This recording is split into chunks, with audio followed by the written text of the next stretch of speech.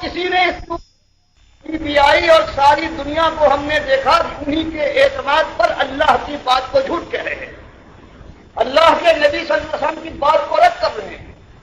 تو ایک غلام اللہ کا ہے، کیا اس کی غلامی کے اندر جوش پیدا نہ ہوگا، حرکت نہ آئے گی؟ کہ اگر کسی نے نہیں کہا ہے تو میں غلام ہوں، چلو اللہ کے یہاں وہ جواب دے، لیکن میں کیا جواب دوں گا؟